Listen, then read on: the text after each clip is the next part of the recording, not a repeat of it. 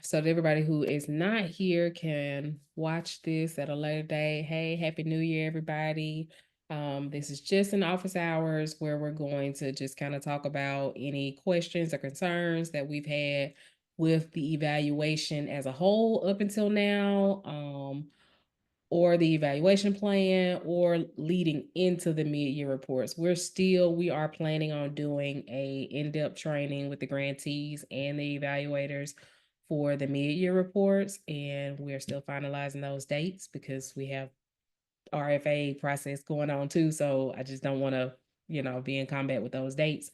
So once we solidify those dates, we will get it to y'all to get y'all on the training and the program evaluators, not program evaluators, the program directors, sorry.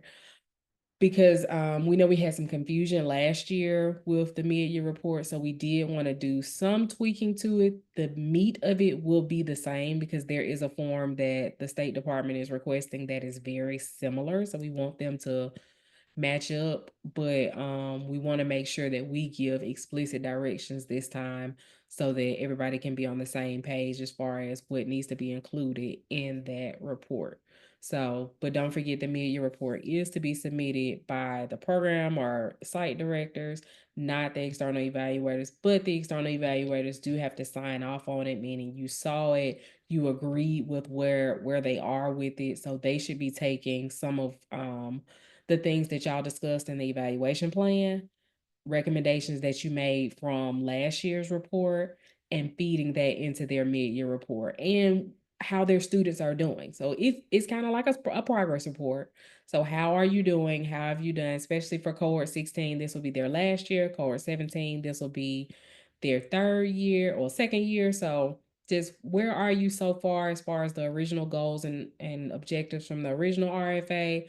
What's the progress that you've made and how can you enhance upon those from now on? What do you need, or who do you feel like you need to pull in to help you with that?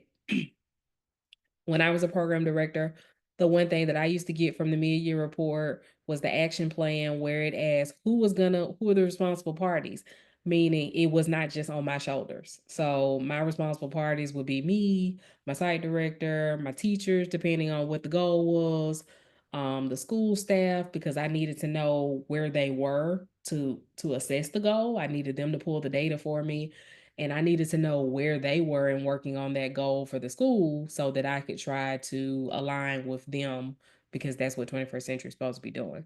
So this is just an open space for y'all to ask us questions, everybody hear the same answers, and then us kind of talk through this process so far. How's it going? If you have questions, you can ask. If you saw something and you're like, this didn't work, Erica, let's come up with something else. This is a great time to talk about that too. Well, I just want to say hello, and I'm new to the process, so I'm just here to listen and learn. Welcome, Dr. French.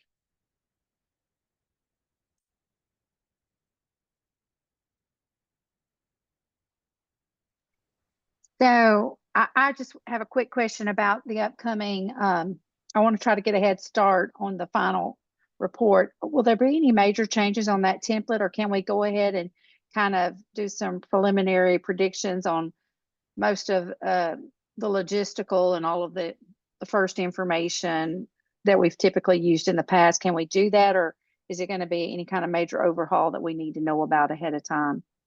The preliminary stuff will be the same. The only thing that we are really thinking about taking out is the get for measure stuff. Because it's hard. I know y'all are gonna like that. It's hard for y'all to gather the information. But like me and Amanda talked about in the previous trainings, when I take that out, you gotta make sure that you're beefing up your quantitative and qualitative data that you are pulling.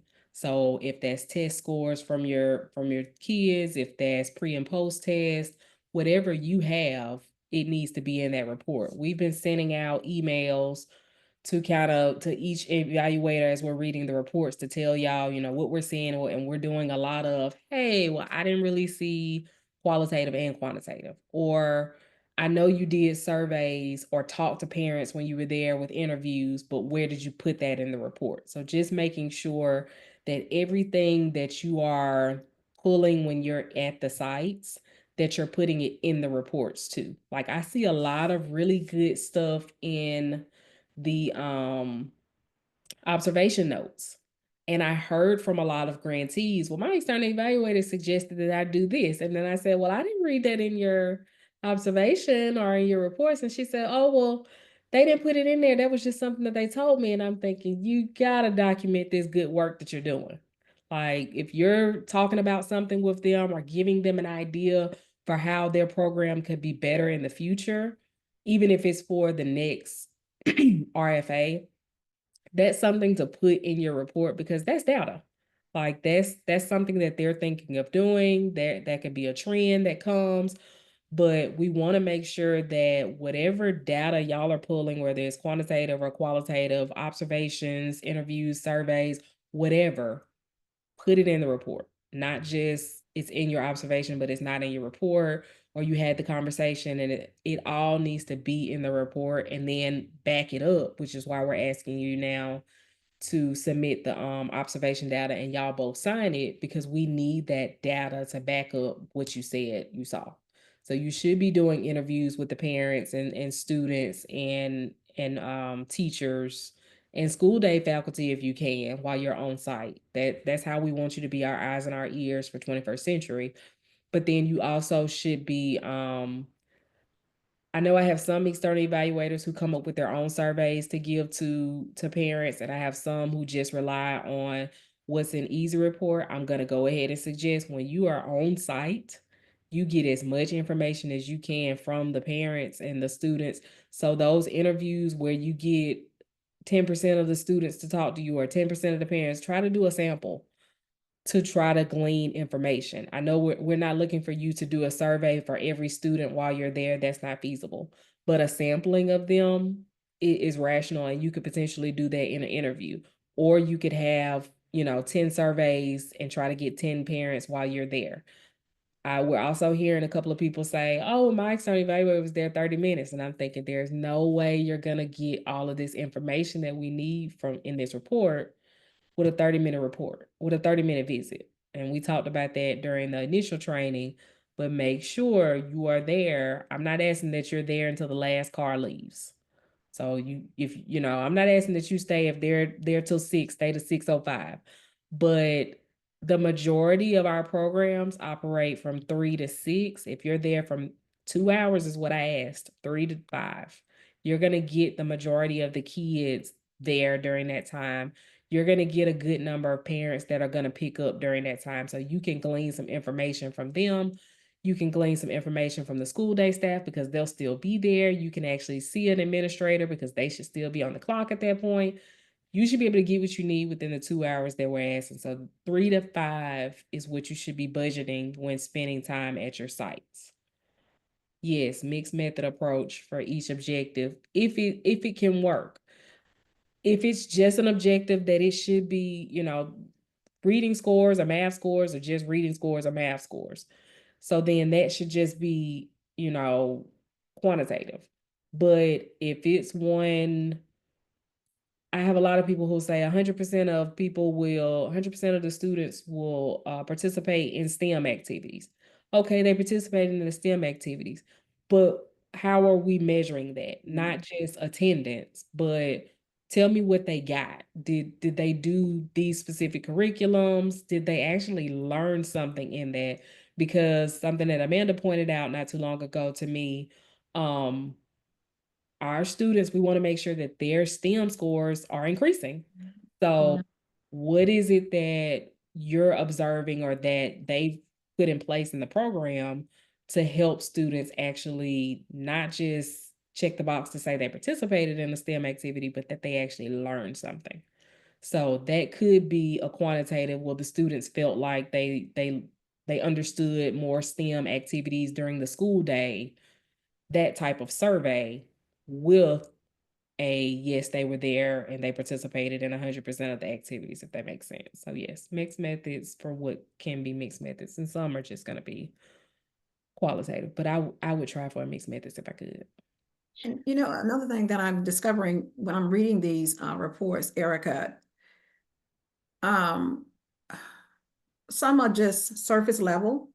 And I think if you're doing 3 observation, that you should be a little bit more specific, a little bit more details, especially with your observation. If you're giving them a 4, that report should reflect, why are they a 4? Why do you consider this as a 4? Just because the children are sitting in a straight row and they are actively engaged, what else are they doing? What makes this program a success? What do they need to work on? And I'm not finding a whole lot of that. I'm hearing programs. This is a group program. The children are enjoying coming, but it should be more than that. It should be something else there to drive that program, to encourage even more children to be a part of this. So, you know, even when you're doing your observations, like I may get 1 or 2 lines from you guys, and I don't know what to take from that. Just if you're sitting there and you're being there for 2 hours and all I get is 1 line. Oh, this was a well-executed activity. What did they do to deserve those 4s? What did they do to deserve the 2s? To me, it should be a little bit more explicit, a little bit more detail should be involved in the observations when you're observing. Everybody should have received a login or refresher login for NIOS. I challenge everybody to log into NIOS and do one of those observation tools, because when you do them, they are very specific. Like they don't give high marks a lot. So log into NIOS and do a refresher, even if it's just 1, because just watching that scenario and answering the questions, the score that you would give for the observation, that is normally not they are nitpicky. So not that I want y'all to be nitpicky, but that will give you an idea of some additional data that you can maybe glean and help the grantees with when doing the observations. What was helpful with me when doing that, and they also gave the rationale for the score they gave. Mhm. So that was extremely helpful to me.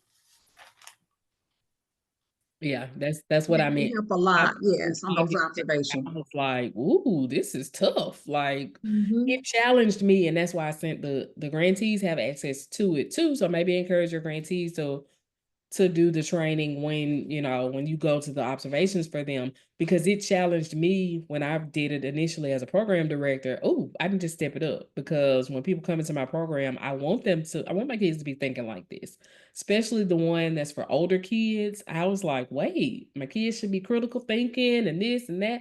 Like, it gives you an idea, and those critical thinking skills, all of the skills that they're trying to put, they're gonna help with the other things. So they would help with STEM stuff, and somebody does social emotional stuff that would really help with that for the students. So yeah, I think that's a good idea.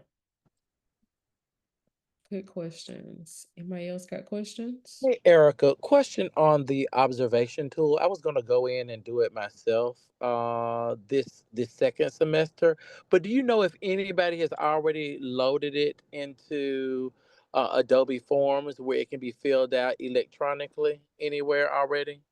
Or that, because I mean I'm going, I don't mind doing it myself, but I didn't want. I was like, oh well, maybe it's already been done before. Unless it's Am I on making the sense? website like that, but I don't think it is. Okay. Because it's Since helpful for me, yeah. because I'll take my notes Mm. in electronically, and it would just kind of help me just even keeping up, because I'm trying to build a database to store all of my forms instead of having a lot of paper. So I'm going to convert all of my stuff into digital forms or whatever. So I was just asking for that reason. Okay, thank you so much. I just wanted to I make sure before I started doing it. I just use Adobe Pro, and I actually go in and type all of mine in, but I use those tools that they have. I haven't done it as a form, but I do all of mine electronically as well. I mean, I've got the hand copies laying around everywhere over my house. My husband probably wishes I would get it together, I know, yes, but same. I do mine electronically, but I just use the tool on Adobe Pro, and it gives you the check tool. It also gives you the adding the text, and it's worked well for me to use it.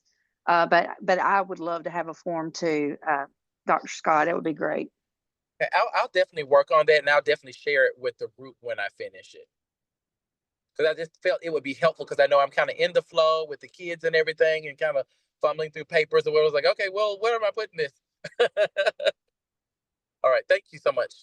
If you do it, you can send it to me and I'll send it out. You know, that's one of those proprietary documents. Like I can't put it on the website. I can't. So I'll send it. We'll send it to everybody. But I try Okay. not to mess with their stuff because it's theirs. But yeah, that I understand. I'm an Adobe Pro person. Okay, thank you.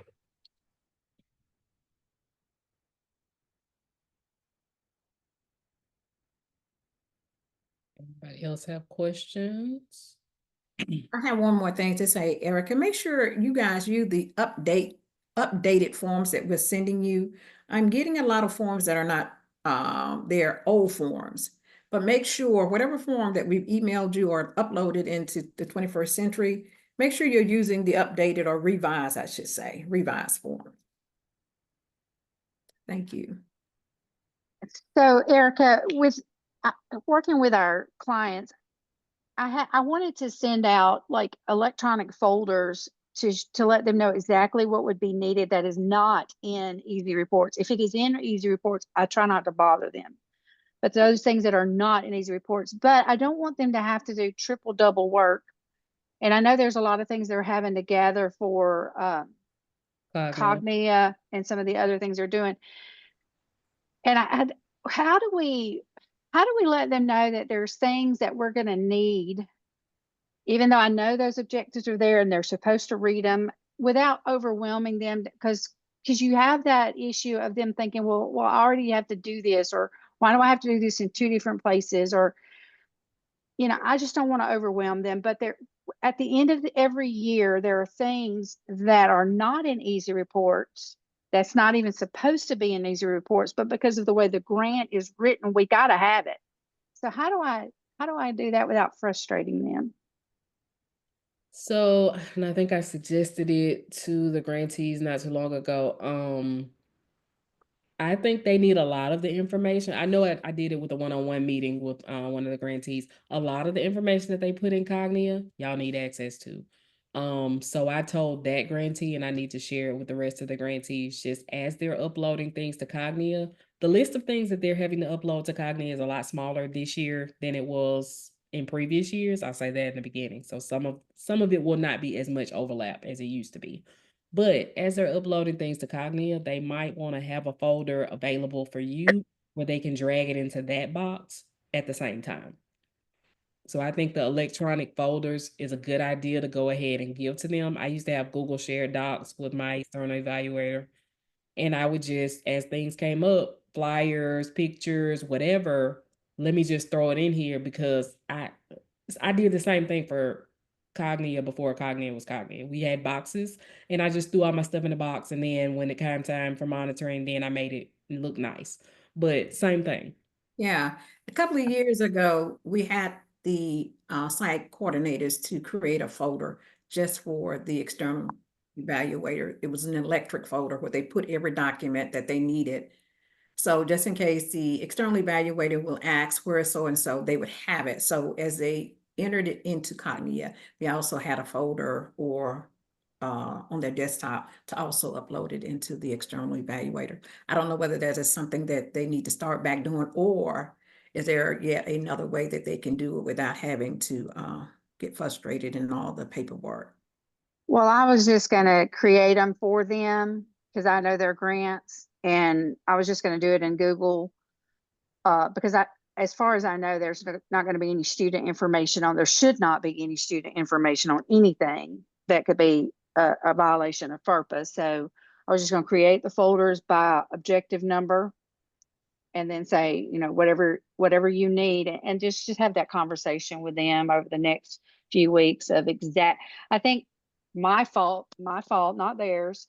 I think that a lot of times by the time we get to August, they're so overwhelmed with everything they're doing, they've forgotten what's in the grant in terms of those little meticulous things that we're going to need for that final report. So I'm just going to take ownership of that and make sure I'm not so stressed out in August and September. Yeah, I think that's a good idea because I do remember my external evaluation sent me a list.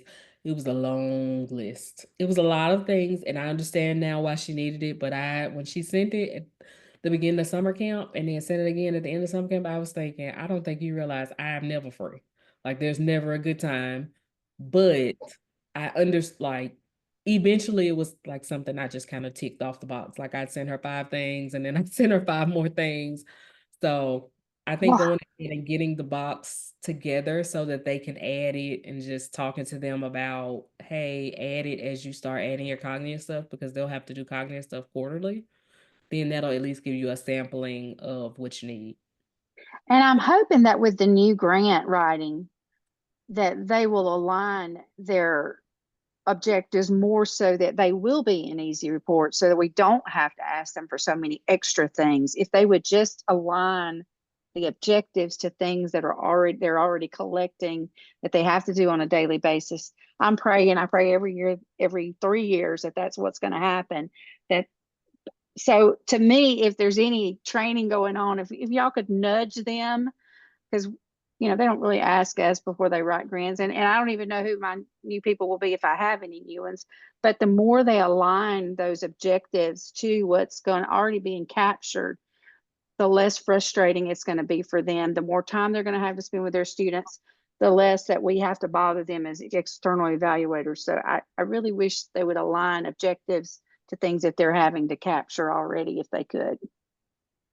And I always know there's some that's going to be different, but the majority of, because there's some that I don't have to ask anything of because it's all there.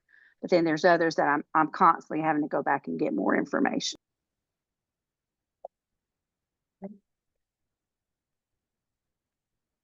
Yeah.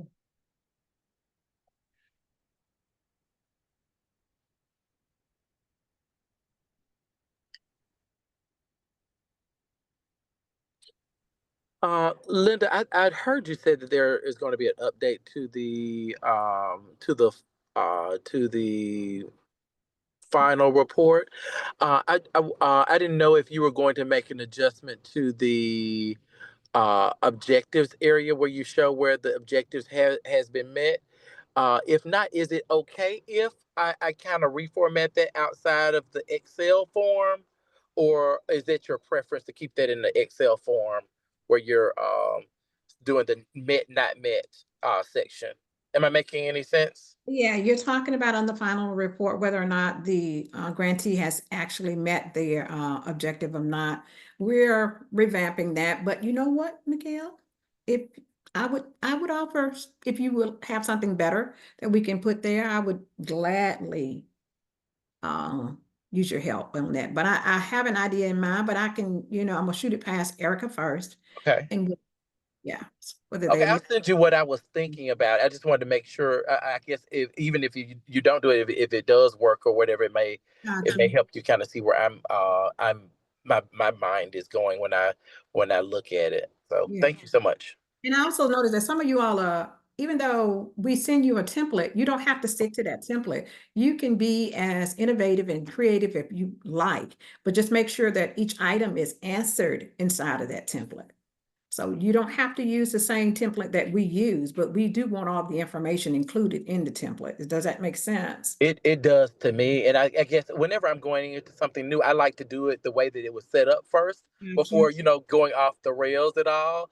And now I understand what you're needing and where you're going is more helpful for me and more comfortable for me to ask questions or make a recommendation or to seek additional advice. So thank you for doing that and saying that. Welcome. You're so welcome. And anytime you all have any questions or comments for us, you feel free to call us or email us. We are always available unless we're sick. Thank you, Miguel. I appreciate that.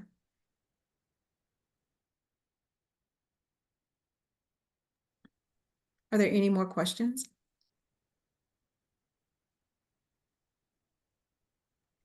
I just want to say thank you all both for everything that you do. You're awesome, and we appreciate you.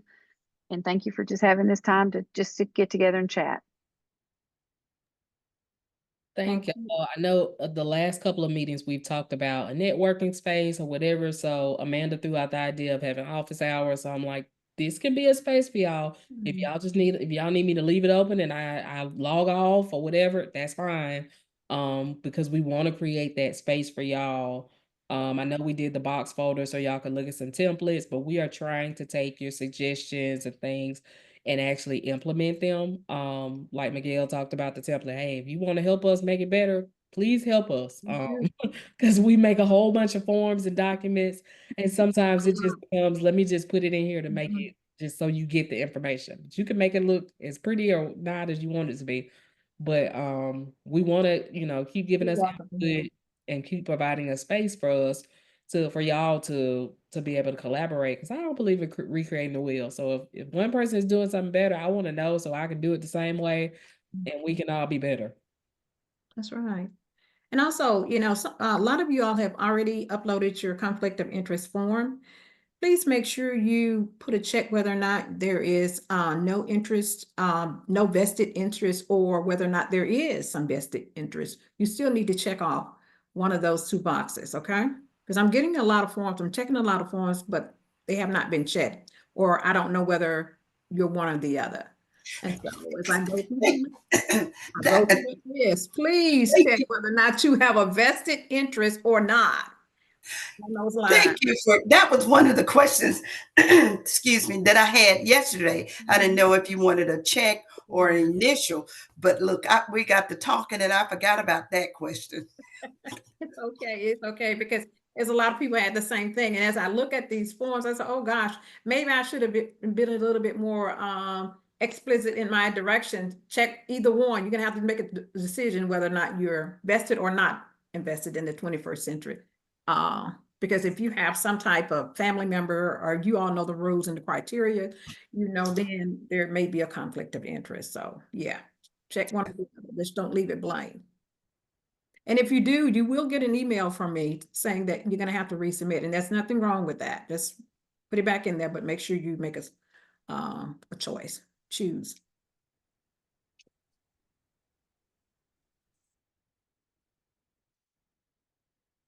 Oh, please, I'm trying to remind you all that evaluation plans are due this Friday. If you all need to talk to us a little bit more about your evaluation plan after this meeting, you can either call or email us pertaining to your evaluation plan. I've already talked to some people, but if you still have questions about your evaluation plans that they are due on Friday, just give us a call or email. Thank you.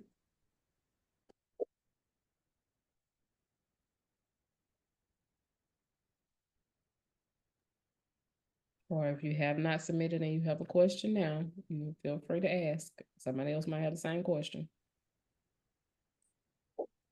And please, please sign them. Please sign them. Please sign them. I cannot say that enough. Make sure you have that wet signature, because y'all don't know how many forms or plans that we have that they're not signed, or they're either signed by one or not the other, or there's a type signature versus a wet signature. They have to be signed by the project director or the site coordinator and the external evaluator, but it needs to be a wet signature and then upload it to Quadrants. Linda, one question on that. When you say wet signature, do you mean physical signature to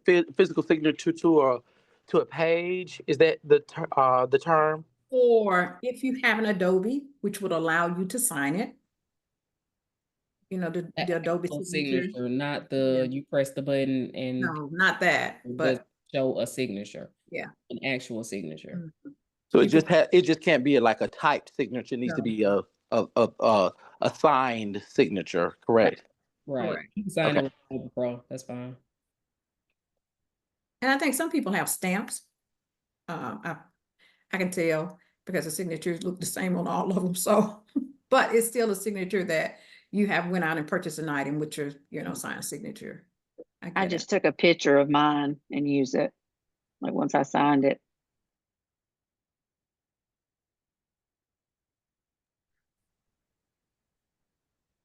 Any more questions for us?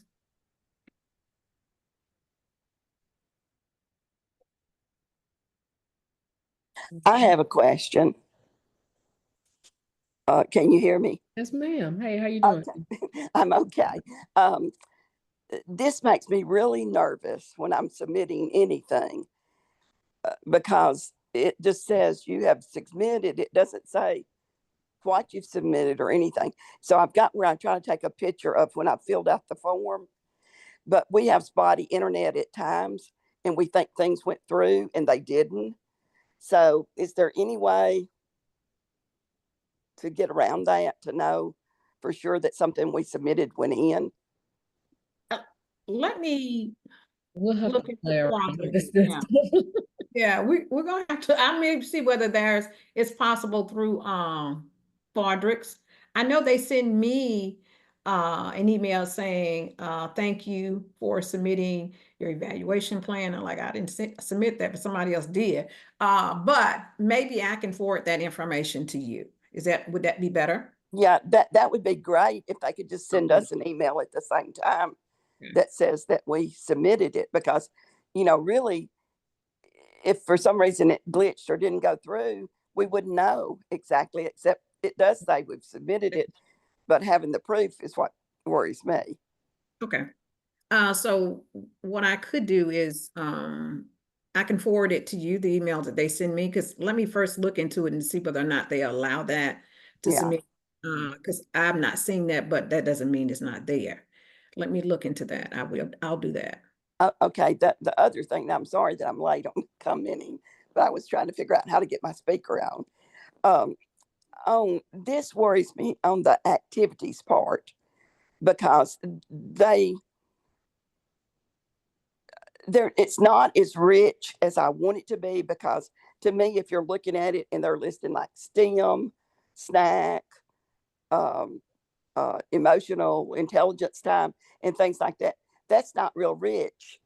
But if you can tell activities under those that they did, but then when I looked at the examples you gave, and when I talked to my sites about how they can produce that for me, they say, oh, we don't have that. We just have what we put in the grant. So I go back to when we first started evaluating. We would have the site to keep, they just kept a daily log of every activity they did and how many kids were in it. I know that's overkill, but we were able to list hundreds of activities that they did. And you could really tell the site was rich looking because it was doing so many activities. Is that going to be something they can do in easy reports if they set it up right? That might be where the glitch is. So easy report is going to have as much information as you put in there. Right. A lot of times we tell them to not be really specific, because the more specific that they become, the more they overlap activities and it just becomes a mess. Okay. So what I normally do if I'm helping a grantee set up with their easy report, and I've told them this a bunch of times, is I always had a paper agenda. It did not matter if it was an easy report or not. I had a paper agenda, and I normally tell them, if I'm helping set up, send me your paper agenda, and then we'll figure out how to fit it into easy report. So easy report is only going to have your session topics, overviews. Okay.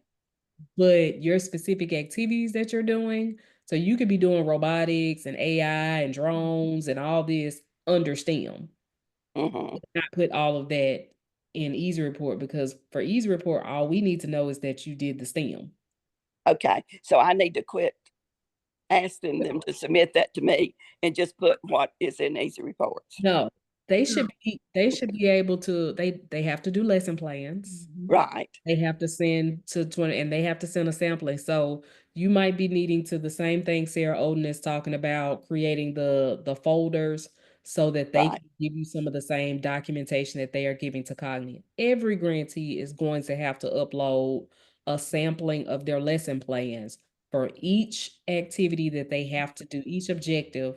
They have about 7, 8 different things that they have to upload an agenda every grade, every quarter, to prove that they did it. So if they could just take those same ones that they upload into Cognia and give them to you, okay, you would have a good idea of what they're doing, because that lesson plan is is going to include an objective that Mhm. links to their grant. It's going to include the state standard that they link to, the grade, and they're going to have one for every grade.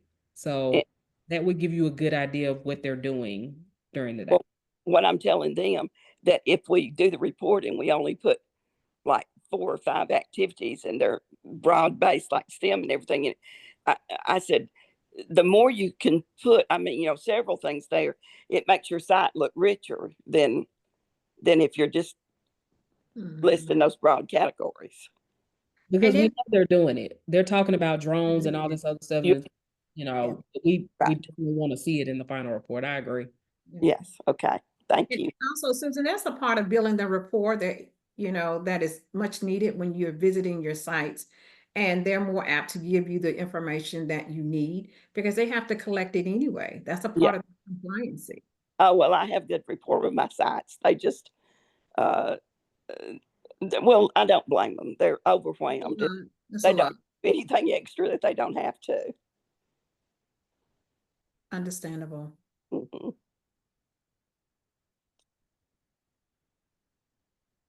That was a good question, though. I mean, for those though, I still suggest that people have paper agendas. Okay, another I question. mean, their staff, they're not in Easy Report. So Yeah, there's normally only one person in site that's in Easy Report. So for me to know where we're going or where y'all are at, I had a paper agenda. What are you doing today besides the lesson plan? So that, but that might only have this is their STEM time. So that could be drones or that could be a bunch of other things that they never tell us. Mhm. But you're right. We want to see the specifics in the final report because we want to get an idea of what they really were doing because we don't get to see it. Mm. okay, I have a question too. And this is like asking for a friend, but you know what that means. I had COVID when I submitted the plans and did not notice that the new plan doesn't have the resume listed. If we accidentally put a resume in there, are we okay or do we need to resubmit? You did put a resume in there? Yeah, but I didn't notice that it wasn't in there until No, It's yeah. fine. is it okay to Yeah. leave? Mhm. Was that a yes or a no? That's a yes. Yes. Okay, well, good. Because I had COVID and I was out of my head when I was submitting them. So, I'd always rather you give me more than what I asked for. okay, that's what I thought, but I wanted to make sure before the deadline. That's a good question.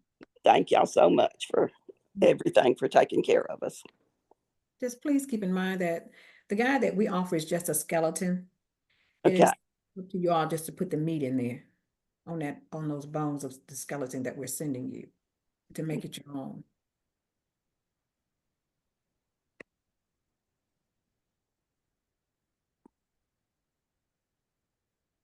Hey, Sarah, you mentioned the mid-year report. That is to be done by this site coordinator, the project director, but you do have to sign that. Sarah Odom, oh, there she is. Yes, ma'am. Yes, ma'am. Last year, we had to redo a lot for some of mine because we didn't do enough detail. So this year I'm trying to make sure to Understand. offset to get that right and tight. We want it good. So I'm already kind of pushing them to get it ready. Mhm. And I guess for those of us that have been doing this for a long time, we have to keep in mind that we've got to evolve, and I get that. And so I'm constantly trying to say, how can we make it better? What can we do more? Because we can't stay the same, we'll be stagnant. So I appreciate all the guidance you all have been giving us so that we do evolve and become even better at what we're doing. I can't even remember how many years I've been doing this now. It's like I think I should be retiring, right? But thank you all for helping us evolve. And I can't. I mean, Erica, I'm weird because every year I'm thinking, okay, I got to up the ante. I got to make the report this year look better than it did last year. And so thank y'all for all the help that you give us. We really do appreciate it. Thank you, Sarah. We do appreciate you guys. With us, 21st century is ever evolving. It is a lot different than it was when I initially got in 21st century, it's a lot different than it was post-COVID or pre-COVID. So when I stepped out of the programming, so it's different. So we're kind of rolling with the punches as the State Department or the feds tell us something, we're having to change stuff. So when things are changing quickly, y'all, I promise you it's not because we just pulled it out of a hat. We were instructed to do so because something changed on the federal or the state level. Well, and that leads into what I promise I'll hush. The new RFA that's coming out, or whatever it's being called, is there any major changes for external evaluations for what we're going to be doing? Or, I mean, what do we need to expect, anticipate? I know nothing is certain, but if you could give us like a little snippet. Amanda was on the call when we had the external evaluation training, and the one thing that she said, and we have not discussed what would be different or not, but I know she is thinking about it. For the $500,000 grants, she mentioned maybe additional observations. So that is one reason why we are beefing up what we're asking y'all to give her, because we want to make sure that the better the reports are, the more it will be clear that the money was used financially, I don't know, feasibly. So that's the reason for a lot of the beef up. Just as new administration comes in, they ask questions, they glean from other projects. And so she's kind of like, well, but we normally see this and that and this. And that's why I'm like, hey, let's go ahead and let's look at these. Let's try to make some corrections. Let's ask for additional things. Just because, like you said, we have been looking at it, I've been in this position for almost 5 years. So we've been looking at them the same. But then when somebody comes in with fresh eyes and looks at it and they're saying, but is this it? Then it makes us think, okay, well, maybe we add this and this and this. So we don't know for sure. I have not had that conversation with her. The new RFA, when Amanda took the position, the new RFA was kind of forefront, and that was what she worked on. So it's out, but it's still a work. It's not an E-gap right now. And the dates are ever changing. So all I know for sure is our timeline will change.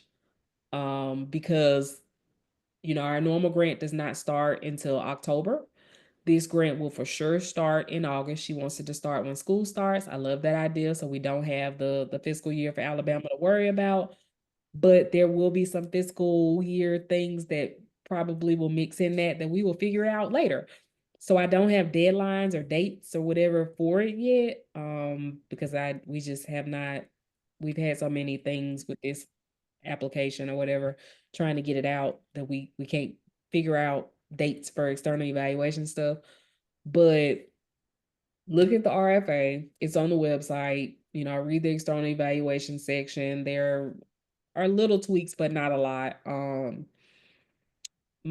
Conflict of interest is probably the same, but just be thinking about if you're contacted by somebody who is saying, hey, I'm going to write for $500,000. I would be, you're not helping them write the grant, but when they ask for $500,000, I would be saying, do you have that amount of students, especially if you had them before? This is the conversation. Do you have the amount of students to substantiate $500,000? Can you maintain it? Especially if you've seen staffing issues with them or anything like that, because from what the grantees have been told and all of the different trainings that we've had, you can go and watch the videos on our YouTube page where Amanda has gone through and talked about the RFA. But if you do that, then you will see if you don't meet the number that you said within so many days, so many years, or so many months of the first year, then they will reduce your funding. So the funding will not go up if you wrote for too little, but it will go down if you did not write for enough. And that's something that we've heard in the past, but that's something that this time is going to come to fruition. So it's in the original RFA. So just be mindful of that. If they say they're writing for 500, because that will affect your percentage. If their funding goes down, they can't stick with the same percentage that they gave you initially. It will have to reduce with that. So I know we've had people in the past who, oh, well, I don't want to work with this grantee because I'm having to do the same amount of work and they have less students or whatever. So be mindful of if it's in a location that you don't want to travel for a smaller budget, or like I said in the other training, making a budget. I did not say that to be funny or to make it seem like it was just so much money. Cause I'm gonna be honest, when I think about all that y'all have to do, it's not that much money. Cause I know some external evaluators, Sarah Odom being one, travel and have to spend the night to go to sites. So if you budget that into your evaluation process, then your money is dwindling based on travel. Your money is dwindling based on supplies. So I would say make a budget on how much it would cost you to go to a site when they ask you. And I would be thinking about, is this really enough? Or is, what could I do this for? If they have reduced funding in the second year, could I continue with them? But I don't know specifically besides the timeline. Well, I have them all over the place, and I have some that are full grant, some that are not, and I try not to even think about that part of it. I just do the same no matter where. I guess my main thing was more about if there's going to be any additional changes to what we're currently doing in terms of observations, in terms of, I'm just trying to make sure that I can adequately serve all of them. And I didn't know if there was anything new coming out in the new grant that we would be added on to what we're doing. That's the main thing. And I did a budget after you mentioned it because I thought, well, I'm gonna go ahead and just get it done. That way I'm up in the forefront of it. They can see it. They have some idea. So, but I just want to make sure I'm serving them good. Maybe potential more observations, but I don't know that for sure. That would have to be something that we're supposed to have the new grantee training during Mega in Mobile. So I would assume that's when we would know, because we'd have to let the grantees know about external evaluation. Because I'm not sure how like a summer only grant would be observed, how exactly that works, or compliance, but we're gonna figure it out as we go. And as I find out, I will let y'all know. And you have to keep in mind that the State Department is reading your final report. And they all, not just us, they're doing the same thing, and they're questioning whether or not it's warrant them paying this much for that particular report. So you all really going to have to look at your reports and beef that up if you can. But if you're already writing a good report, continue doing that. But they are reading those reports too. It's not just us.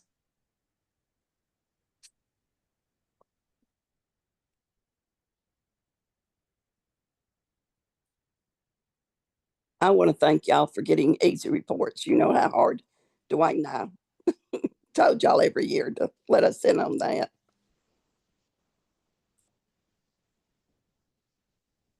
Thank you all. But we still have some that don't use it. But whatever method that you're using and is working for you, then you use that.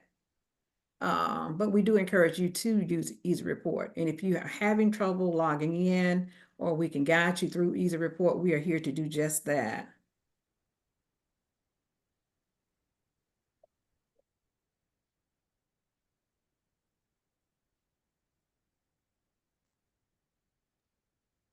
Okay, if there's no more questions, we're not just gonna hold y'all just to hold y'all. It is 2:58, so we're good timing. Any last questions? If not, I thank y'all for joining us. Linda Williams will send this recording out and we'll put it on the YouTube page. Give us till Friday for that.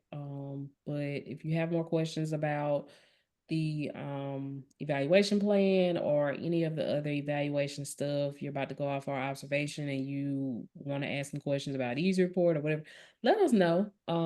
That's literally, we do technical assistance. We are here for that. I'll answer your questions all day long. I love to hear about the programs and what they have going on. So if you just go, I have some evaluators, they go to a site and they call me and say, I'm just so excited. Please call me. I want to hear that. I like it. I like to hear kids in the background. Call us for that. that warms our heart. I promise you it do. And then we'll help you, how do we glean information from their observation, because we want it to be in this report, because we need to beef it up. Because we want to show impact. So y'all have a good day. Again, Happy New Year 2025. We're gonna make it great. And we're gonna do great things with our kids in Alabama and with 21st Century Grants. I know we will. Appreciate y'all. Thank you all. We really do appreciate you all. Thank you. Thank you. Bye-bye. Bye.